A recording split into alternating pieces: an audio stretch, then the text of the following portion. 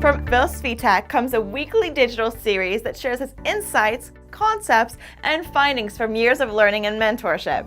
Welcome to Svitek Podcast. Welcome. Svitek is my name, and this series is all about helping artists achieve creative endeavors by gaining the mental fortitude necessary to do so. During my 15-year history of being in the entertainment industry, I have had the pleasure of learning firsthand from some of the best mentors and, of course, my own personal experiences.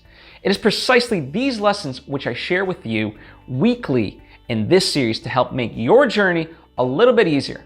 In last week's lesson, the first of 2019, I introduced how to create a budget for yourself because it is the foundation upon which everything else is built. And today I want to talk about the other half of that foundation, your spiritual one. Not so coincidentally, it also happens to be one of my New Year's resolutions. What is it? It's to always act from a place of creation. See, for years I have thought that dichotomies, or rather classifications for people, just didn't work. You can't just lump things into two categories. Things aren't that simple. The lifeline is divided that way. Well, life isn't that simple. There are other things that need to be taken into account here, like the whole spectrum of human emotion. You can't just lump everything into these two categories and then just deny everything else. But then, one day something struck me. There is a system in which people can be classified into two distinct groups. Those who create and those who destroy. To me, destroy means your actions come from a place of hate or fear, while those who create approach with love and happiness. Mind you that a person can fluctuate between the two throughout life. I certainly have, and it is precisely why I have made it a point to now always create instead of destroying. When you're jealous and become spiteful, you're destructive. When you get angry, you're destructive. When you engage in negative thoughts, you destroy. I'm sure some of you can come up with other examples, ones perhaps from your own life. Some men just want to watch the world burn. Scary to think about, no? Well, good, because it should be. Thinking about them in this way can actually be the catalyst for change that you need. It was for me. When you truly examine your life and quantify the overall creation versus destruction that you brought this world, and maybe find yourself on the destructive spectrum, it's time to change. Like all change, this simple act of awareness is the first step, and a major step it is. No change happens without awareness. You must be willing to fully self-examine. Now, you may have done this and find yourself on the far creative side, with only a few moments where you acted from a place of destruction. And that's fantastic, and I applaud you. It's honestly a position I love to have been in. But hey, at least I'm working towards it now. That said, you'll agree with me when I say there's room for improvement. When I say improvement, do you think that means I'm hinting at perfection? No. This isn't about perfection. Perfection doesn't exist. It's about becoming better with our intent, and in so doing, we can realize more of our passions. We can begin to actualize our dreams. Here's an example of how awareness and your own so-called imperfection can help you create. Let's say you see someone on social media. Perhaps they're a friend. This person is doing something quite amazing, and you suddenly become envious, right? You say to yourself, wait a minute, I can do that. That should be me. So far, not great. But if you notice this behavior within yourself, you can now course correct and use this to your advantage.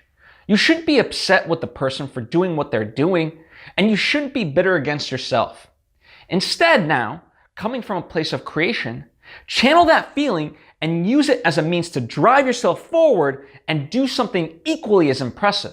The key there is stopping yourself at the source, which is your thoughts. Negative energy is energy nonetheless, and it's up to you to convert that energy into something useful. General Manager Sonny Weaver Jr. took one pick in the first round, the number 7 pick. He sprinkled it with fairy dust, wished upon a star, and somehow he turned it into not 1, not 2, but 3 potentially impactful players for his team next year. One pick. He took a chance. He went with his gut.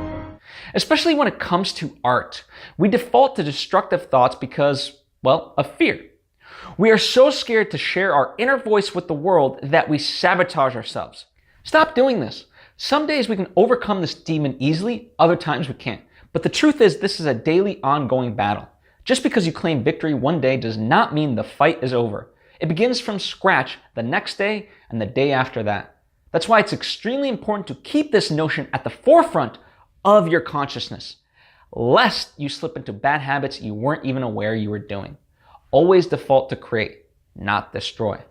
Now you might be saying to yourself, well, what about the phrase destruction brings creation? How does that apply in this instance? It's true that there are countless examples where good has come from tragedy. For example, when Edison's factory burned down, he saw it as an opportunity because now he had both the mental and physical space to create his latest and ultimately best work.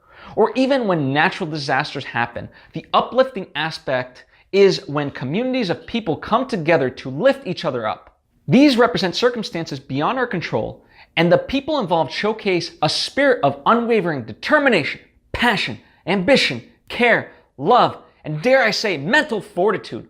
What this should not encompass is you having a hissy fit and torching the painting you were working on just because it wasn't coming out the way you wanted it.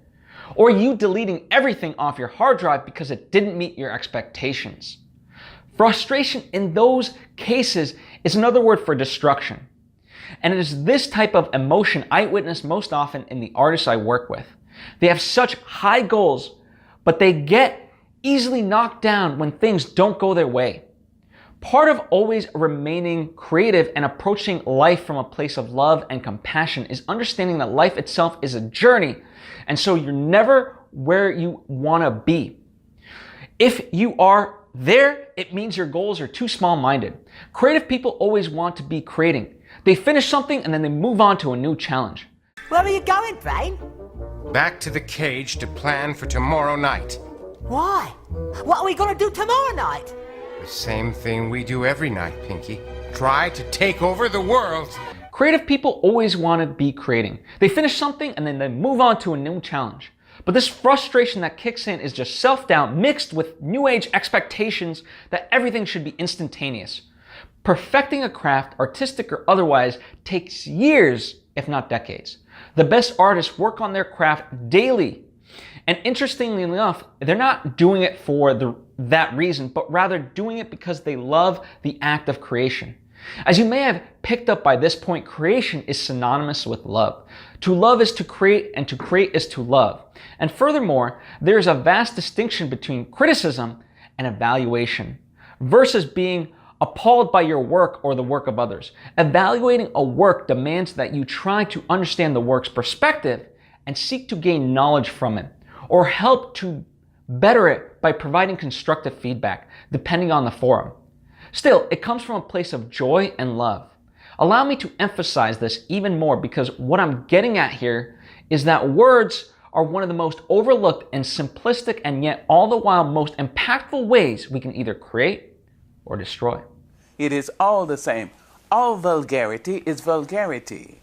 And if you mean to demean a person, to make her or him less than whole, anybody could say it. You could say it from a robot, and it means that this person is not worthy of my concern. That applies to when we use words to speak to ourselves and others. I am ashamed to admit I have violated this principle on both fronts. I have heavily badgered other people's work that I didn't think was of value, and I have berated myself as well, neither of which is positive in any way. In the words of Don Miguel Ruiz, be impeccable with your word.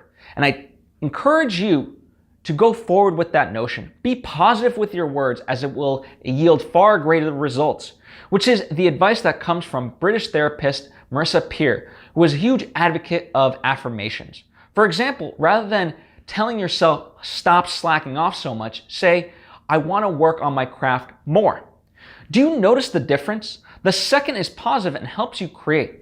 That is the power of words. That is the power that comes when you act from love and creation. That is what I want for you and myself. To always approach life from a place of love. Imagine how many doors can open once you do. Imagine how many projects you can actually complete. I was reading up on the works of Steven Pinker, a Canadian-American cognitive psychologist and linguist, and popular science author, whose most recent book is called Enlightenment Now. What I found very poignant from his work is that countries across the world, for the most part, are profitable from destructive means, guns, drugs, etc. How horrific is it to think about that? This is the exact reason I've challenged myself, and now I challenge you to aim for a creative and loving mindset and not a destructive, hateful, fearful one. As Gandhi said, be the change you wish to see. Be a positive light and guide for the world. I believe it can be just as profitable to care as it can be to sell weaponry. You might think this lesson is politically charged because of that, but I disagree because I believe you and I can have differing thoughts and still respect each other for having them. It is through this respect that we can actually appreciate each other's viewpoints and collectively create a solution otherwise thought impossible or unimaginable. That is the power that comes when we both aim to create. I sincerely hope you're inspired, but let me also caution you on one thing, which is the thing that if unchecked and undiscussed leads artists to frustration. This singular truth is that creation comes from the mundane. The creative act is boring to watch from the perspective of others. The showcases of people's work we often see are exactly that, the result of hundreds of hours, maybe even years, of hard labor. It is the countless keystrokes on a computer, the drafts upon drafts and revisions upon revisions, and so on. As I said, it is a daily practice that you must tackle constantly in order to progress. Humble yourself and understand that what you create can be simple. Utilize your ambition so that it motivates you to chip away toward your aspiration of creating a work of art, rather than fantasizing about what the work will mean once it is finished. While I wish that your work was the next Pulitzer Prize winning piece that helped solve world hunger, it doesn't have to be. Former President Barack Obama has a quote that says, "Better is good." And what that means is if your imagination creates something for the world that brings laughter to one person, or if you design a tool that benefits a small faction of people, that's okay. You've improved the world. You've bettered it, and that's a good thing. That'll do, pig. That'll do. The alternative is destruction, which often takes the form of procrastination, self-doubt, etc. Now, yes, you can adjust and spur yourself back to life and move forward, and in fact you should, but catch yourself doing acts of destruction in their earliest forms. Don't let yourself waste time, because in the words of poet Charles Bukowski, it often takes decades to realize this, and most often when you do, it's too late, and there's nothing worse than too late. This all starts with the individual. It starts with me. I'll be doing my part to create a whole slew of things in 2019. Will you? Many artists and scholars have pointed out that ultimately art depends on human nature. Imagination is the beginning of creation. You imagine what you desire, you will what you imagine, and at last, you create what you will. The greatest gift of all time is that you can make creation infectious because people spend less time being negative. If you log all the time with negativity in the wild world, I wonder how much better the world would be if people sat down and did something positive. It spirals. Creativity is how we cope with creation. While creation sometimes seems a bit ungraspable or even pointless, creativity is always meaningful. The creative habit is like a drug. The particular obsession changes, but the excitement, the thrill of your creation lasts. Wow, I don't know about you, but I'm inspired to create more work in my life. Now, before you click away to another lesson from Phil, here's a few more things. For your benefit, the transcript of this episode is available on Phil's website. A link is provided so you can always review it. Please be sure to hit that like button if you've enjoyed this episode, and also make sure to tell your friends and family members about us. Leave a comment with your thoughts and opinions and what lessons you would like to see Phil tackle next. The more specific you are with your questions, the better we can gear these episodes towards you. Also, you can support this show on patreon.com/PhilSvitek if it doesn't burden you financially in any way. Every contribution is truly appreciated, and it helps defray the cost of putting on this show. which you can imagine takes a lot of effort. To be notified when future episodes release, you can subscribe on either Apple Podcasts, you can subscribe on YouTube, Facebook, Google Podcasts, Spotify, or what other platform is most convenient to you. Specific links are provided below. To stay up to date with all the creative projects we're doing, follow us on @Svitek or @BonjourJulienne. Thank you so much for watching. I'm Julie Bear, producer on the show, and we'll see you next week with another one of Phil's lessons. Bye!